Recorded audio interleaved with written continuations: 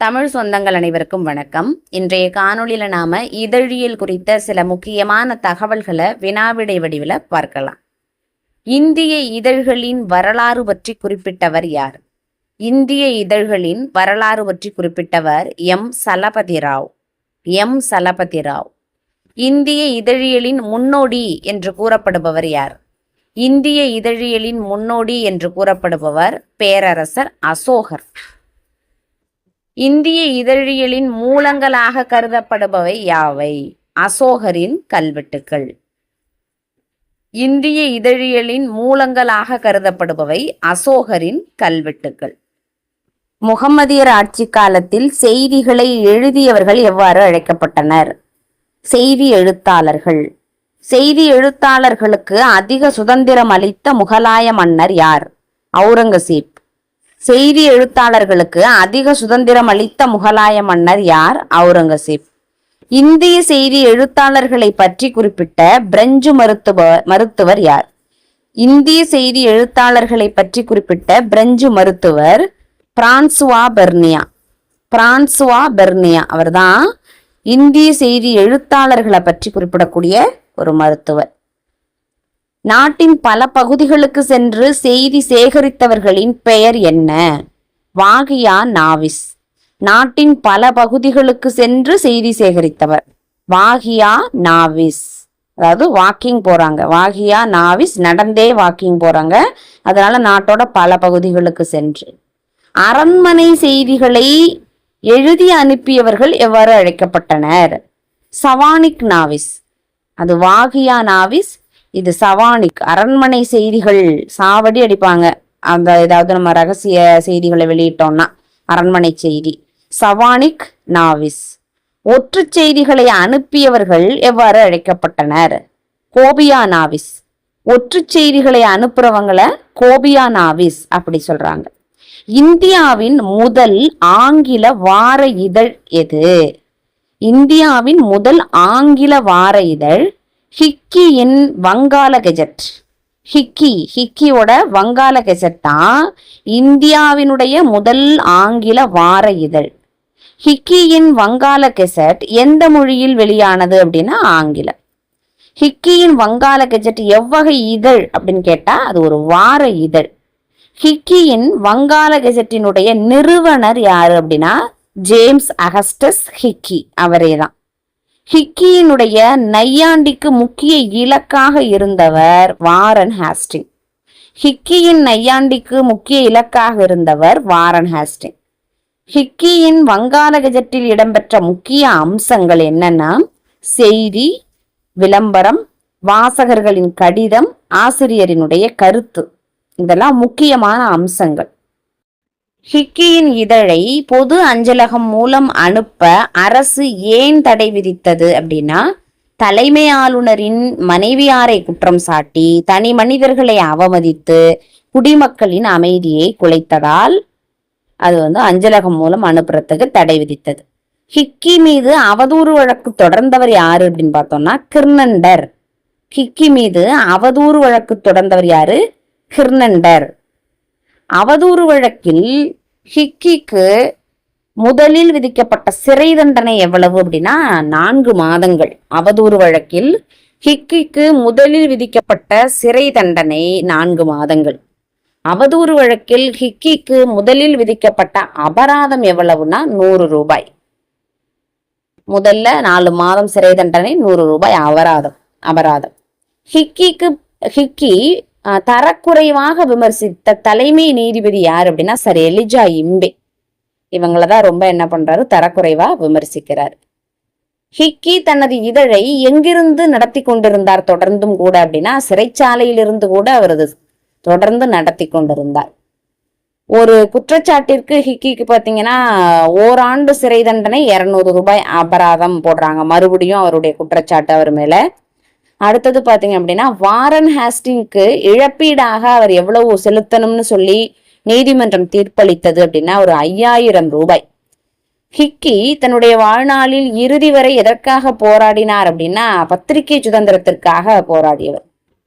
இதழியலாளரின் வீரத்திற்கும் சுதந்திர உணர்விற்கும் எடுத்துக்காட்டாக விளங்கியவர் James Augustus Hicky. India Gazette இதழை தொடங்கியவர்கள் யார்? Bernard Messink. பர்னார்ட் மெஸ்ஸிங் தான் இந்தியா கெசட் இதழை தொடங்குறாரு. Bernard Messink. பர்னார்ட் மெஸ்ஸிங் மற்றும் பீட்டர் ரீட். Peter read.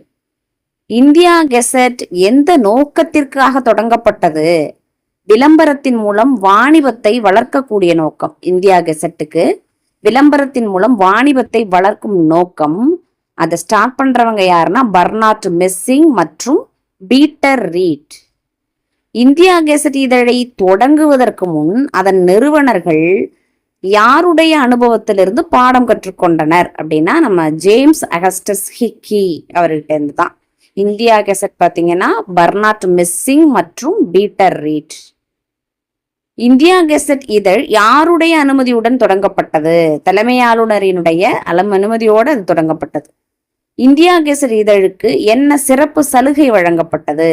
அஞ்சல் கட்டண சலுகை வழங்கப்பட்டது. ஹிக்கி அரசை விமர்சித்த காரணங்களில் ஒன்று, இந்தியா கெசட் இதழுக்கு அரசு அஞ்சல் சலுகை வழங்கிட்டு அப்படிங்கிறதுனாலதான் அரசாங்கத்தை அவர் விமர்சிக்கிறார். 1784 அரசின் ஆதரவுடன் வெளியான இதழ் கல்கத்தா கெசட். 1784 அரசின் ஆதரவோட வெளியான இதழ் தான் கல்கத்தா கெசட். இந்தியா கெசட்டுக்கு அஞ்சல் சலுகை கொடுக்குது. கல்கத்தா ஹிக்கியை பார்த்து இவர் என்ன பண்ணிக்கிறாரு, ஒரு அனுபவ பாடத்தை கத்துக்கிறாங்க பீட்டர் ரீட்டும். அடுத்தது பார்த்தீங்கன்னா நம்ம பர்னார்ட் மெஸ்ஸிங்கும் கத்துக்கிறாங்க. ஹிக்கி அரசை விமர்சித்த காரணம் இந்தியா கெசட்டுக்கு அஞ்சல் சலுகை வழங்கினதுனால. அரசோட ஆதரவுடன் 1784 ஸ்டார்ட் பண்ணப்பட்டதுதான் கல்கத்தா கெசட். கல்கத்தா கெசட் பார்த்தீங்கன்னா அரசோட ஆதரவோட வெளியில வருது. கல்கத்தா கெசட்டை தொடர்ந்து வெளியான இதழ் அப்படின்னா பெங்கால் ஜேர்னல். கல்கத்தா கெசட்டை தொடர்ந்து வெளியான இதழ் Bengal Journal. Oriental Magazine or Calcutta Amusement எந்த வகை இதழ்னா மாத இதழ். Oriental Magazine or Calcutta Amusement பார்த்தீங்கன்னா மாத இதழ். 1786 வெளியான இதழ் கல்கத்தா குரோனிக்கல். 1786 வெளியான இதழ் கல்கத்தா குரானிக்கல். 1784 அரசின் சலுகைகளோட கல்கத்தா கெசட். 1786 பார்த்தீங்கன்னா கல்கத்தா கிரானிக்கல். அரசின் ஆதரவில் நடைபெற்ற இதழ்கள் எவ்வாறு அழைக்கப்பட்டன? அரசின் துதிபாடி இதழ்களாக அழைக்கப்பட்டன. அரசுக்கு பணியாத இதழாக தொடங்கப்பட்ட இதழ். பணியாத இதழ் அப்படின்னா இந்தியன் வேர்ல்டு. இந்த இந்தியன் வேர்ல்டை தொடங்கியவர் யாருன்னு பார்த்தோம்னா வில்லியம் டூவேன். வில்லியம் டூவேன் தான் இந்தியன் வேர்ல்டு அப்படிங்கக்கூடிய இதழை தொடங்குறாரு. இந்தியன் வேர்ல்டு என்ன ஆணுச்சுன்னு பார்த்தீங்கன்னா இடையிலேயே நின்று போயிட்டு. இதுல முக்கியமானதுன்னா இந்திய இதழ்களின் வரலாறு பற்றி குறிப்பிடுபவர் சலபதி ராவ்.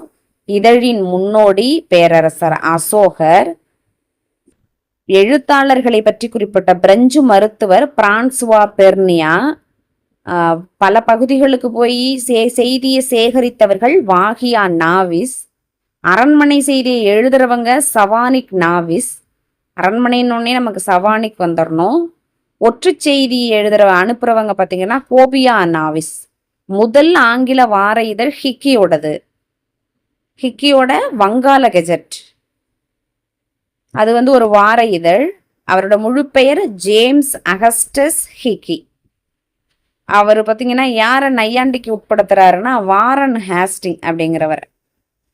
ஏன்னா அவருக்கு அஞ்சல் சலுகை கொடுக்கல அப்படிங்கிறதுனால அவர் அவரை குற்ற பழி சுமத்துறது இது மாதிரி எல்லாம் பண்றாரு. அவர் எதற்குமே தலை வணங்கலை.